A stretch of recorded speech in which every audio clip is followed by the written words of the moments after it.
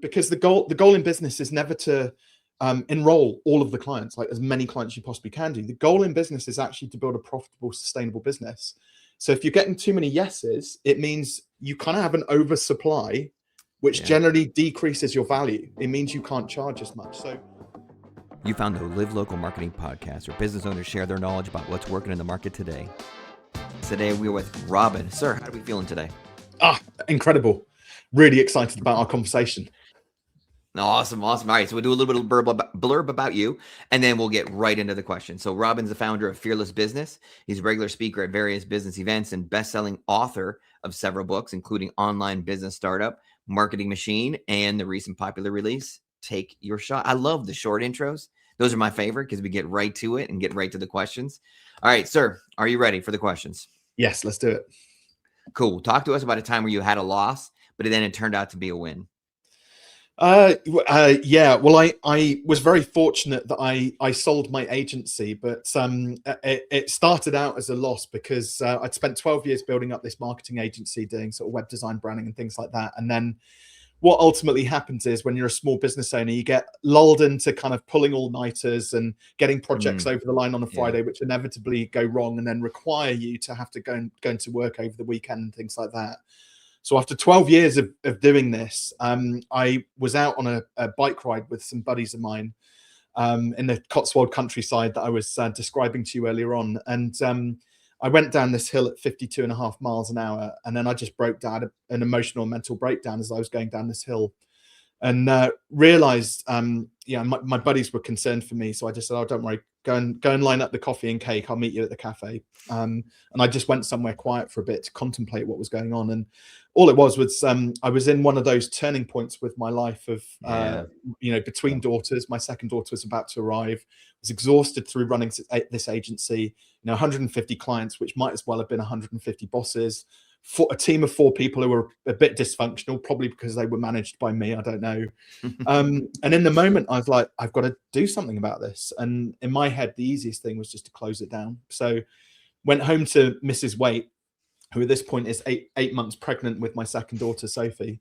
And we had a planned cesarean, so we knew she was going to be arriving in 3 weeks' time. And I said, darling, I've made a decision. I'm going to shut the agency down. Immediate sense of relief, but also then very quickly followed by WTF am I going to do next? Because, so I enjoyed my paternity leave. And in that time, actually, somebody got wind that I had enough of the agency and was going to close it. And we were a successful small agency. On the outside, it looked like things were great. And thankfully, somebody came in and made me an offer, not a huge sum of money, but enough to keep me going for a couple of years. And it led me on to the career path, which I've got now. So people wanted to, when you've sold your business, people are intrigued. So they want to pick your brains. And again, there's going to be a theme here, Billy. Coffee, you buy me coffee and cake and you can have as long of my knowledge of time with me as you want. So people can pick my brains and, the rest is history, really.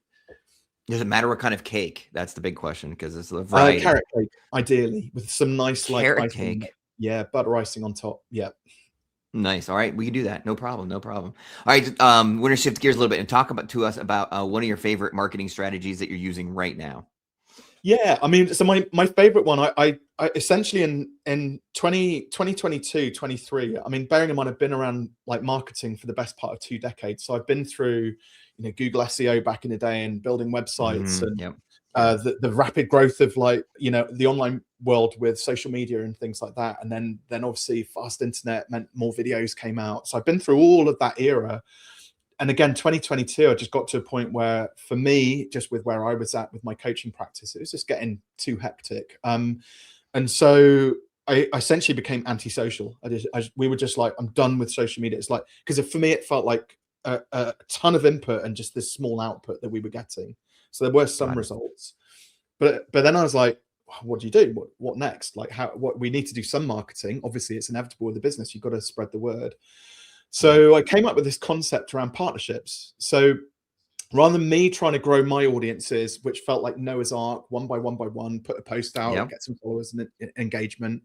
There are people out there who've already got very large audiences, with millions of YouTube subscribers or tens of thousands of people listening to their podcasts or big events, which they're inviting speakers to. So I figured, wouldn't it be cool if I could figure out how to leverage other people's audiences instead of trying to build my own. Because yeah, I got 5,000 YouTube subscribers, but it's far easier if you got 5 million or somebody else has. So yeah. I came up with a really simple framework, which was just be intentional. Who would you love to partner up with and get in front of their audiences with? And is there alignment?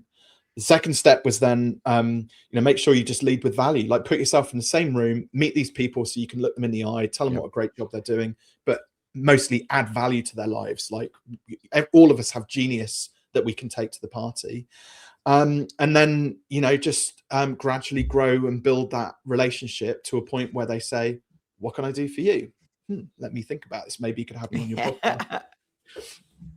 Yeah, that sounds actually just like the Live Local marketing course that we push. It's like the British version of the Live Local. So we have the American side and you're the British side, but it's the same concepts, almost word for word what we do over here too. That's great to hear. That's awesome. That's it.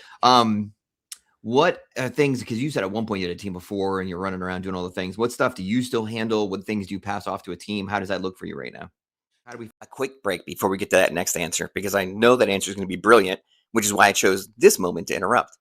If you love what you're seeing and you want to run your business off of warm marketing referrals, visit our website, livelocalwarmmarketing.com. It's got valuable resources, office hours, memberships, the book, an array of resources to help you get rid of cold calls, cold leads, door knocking, and run a business you can be proud of through referrals and warm marketing. Now, back to the show. Yeah, so we in COVID, or just after COVID, I had an operation on my ankle.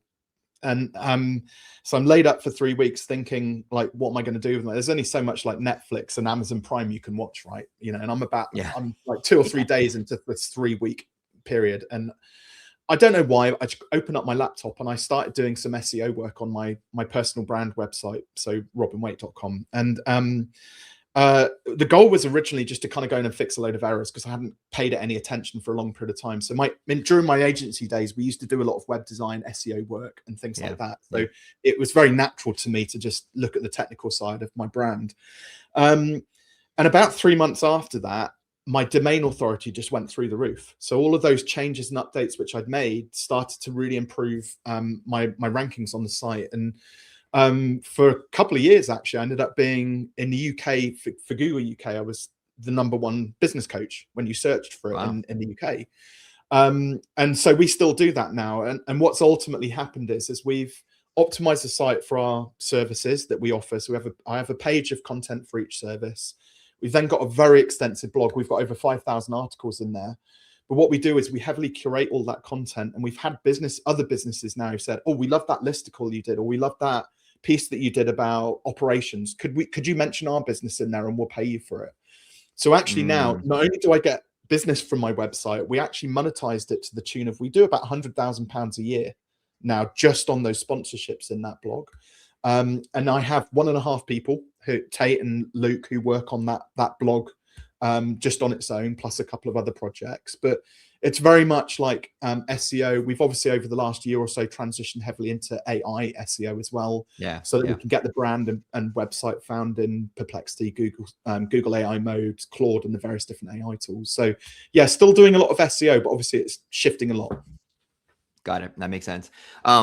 When you get into branding, because branding's got to be huge for your clients and for your services, like how do you pull out the brand from a company? Like how do you know what their brand really is? Well, as you can see, I'm a big fan of branding. If you stay still long enough, I'll get fearless business like stamped on your forehead if you don't move quickly enough. So, and obviously like the logo and stuff. But no, we very, very much like my approach is all about, well, think about it in terms of ideal client avatar or niching, right? So most people stop at the demographics. Like there's 3 layers, and even smart marketers will be like, well, describe your ideal client avatar. And they're a man in his 40s who's maybe slightly overweight, lives in Stroud, and so they describe like the like just an overview, and then but that doesn't tell you any useful information about like, well, where do they hang out? How are you actually going to attract them and enroll them into your business? And then the next step then is, well, where do they hang out? So that's the second layer, psychographics. So if we then know who they are, we know what Facebook groups they join, what networking meetings they go to, what magazines they buy, what podcasts they listen to, what YouTube channels they're subscribed to.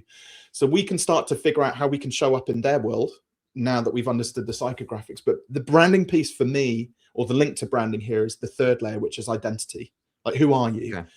And are you actually showing up as your authentic self? Because let's face it, like attracts like. That's why tribes and villages existed, and still do. We club together with people who are similar to us because it's safe, it's secure, and there's trust that we build there, and we know what they think. So I get my clients very heavily to focus on, well, who are you? Like, when you show up dressed in a certain way or talking about your business in a certain way, does it feel authentic, or does it make you feel icky? And if it feels icky, you're not aligned with your identity. And if you then show up in that version of you that isn't you, you're going to attract the wrong sorts of clients. And that's even harder to deal with, like 7 steps down the way. One of the other things that I always tell my people too is, where do you gravitate? What brands and what other businesses and whatever things do you gravitate? Because that speaks volumes about you as a person as well. Am I on the right track? Is that something that you would agree with? Yeah, exactly. Yeah, they're clues. Running a business is all about, and marketing especially, is all about like a bit of trial and error, but you're a detective ultimately. Like, chase the clues down, and kind of like, even down to like, what phone are you using? Well, it's probably that you're going to get on better with an iPhone user than an Android user. I know that's a really dumb like example, but it's true. Like, how you show up. And there's a great phrase, which is, how you do anything is how you do everything. And that again, there's clues within that if you pay attention to how you're behaving. So yeah, 100%. Okay, awesome. That is great. I'm gonna leave the next question kind of open-ended because I want to see where you go with it. But when I use the phrase useful data, what's coming to mind for you, and what kind of conversations do you have with your clients about that? Yeah, so this is more of that transition between marketing qualified leads and sales qualified leads. This is actually what I'm going to share kind of works with both of those. So it's a very simple framework called 30-30. So whenever you come up with a new marketing strategy, idea for a campaign, if you come up with a new offer, if you're testing out new prices, if you build a new marketing asset and you want to see whether it's going to work, I see so many people throw together whatever the thing is, launch it, and then one person says, oh, this is rubbish, I don't like it, and then they kind of throw it up, chuck it in the bin, and all that effort's gone wasted, right?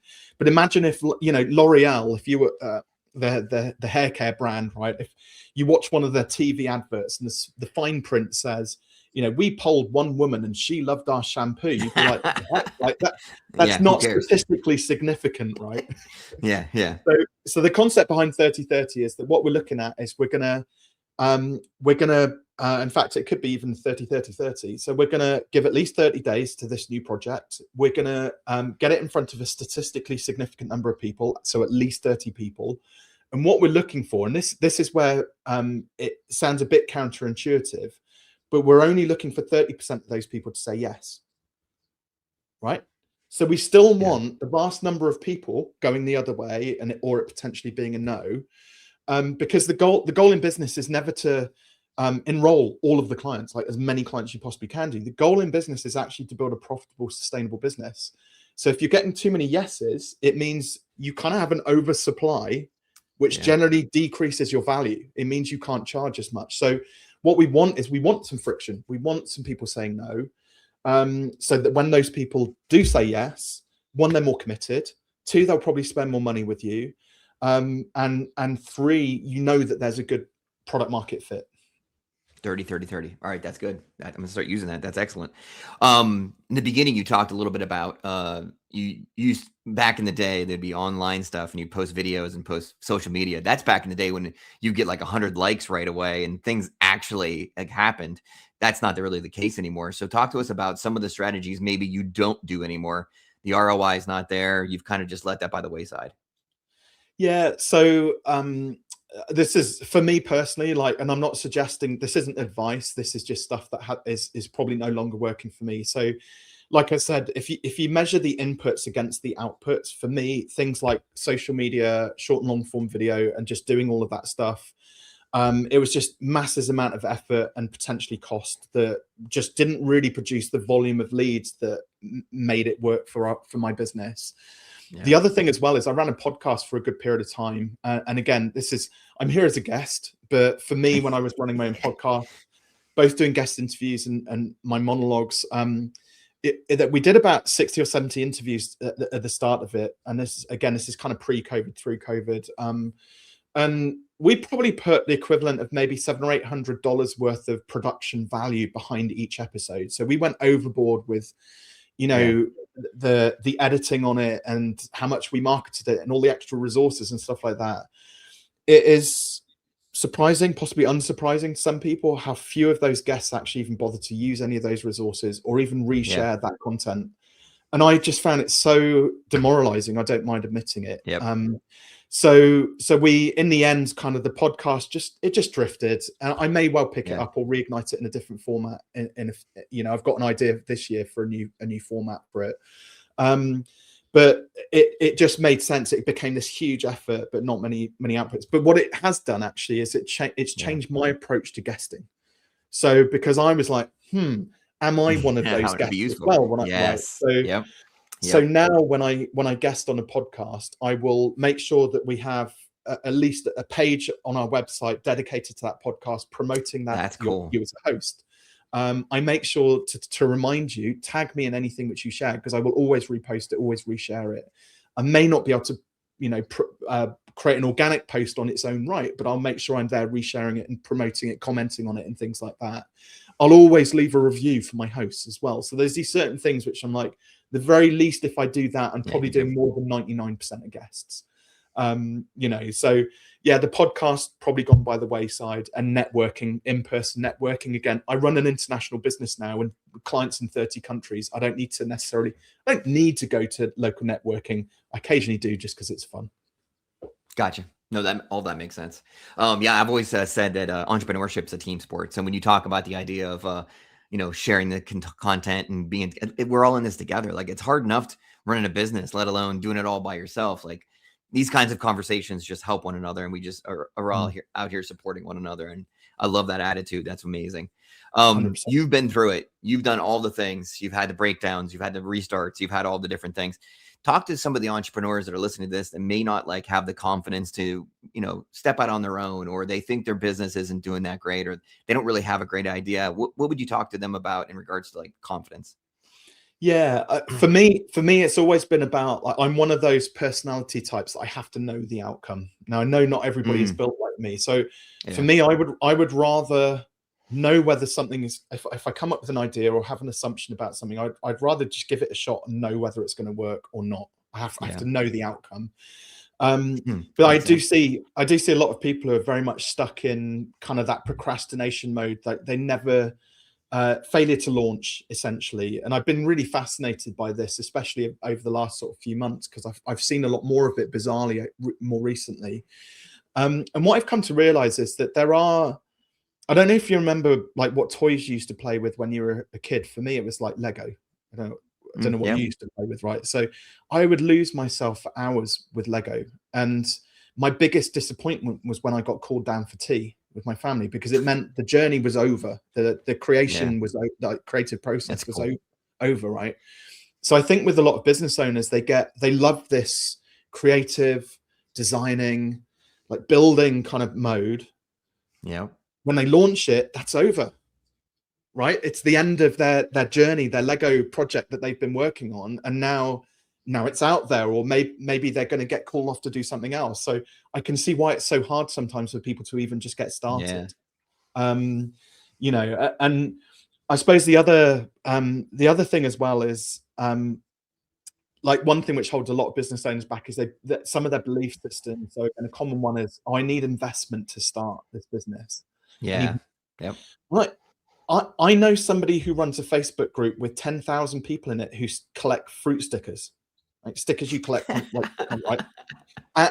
And they charge money for that membership, right? So you can make money and build a business out of literally anything these days. And frankly, nobody else cares. If you don't care enough in your own idea to launch it, there's a problem there. This shouldn't be about what somebody else thinks of your idea or whatever it might be.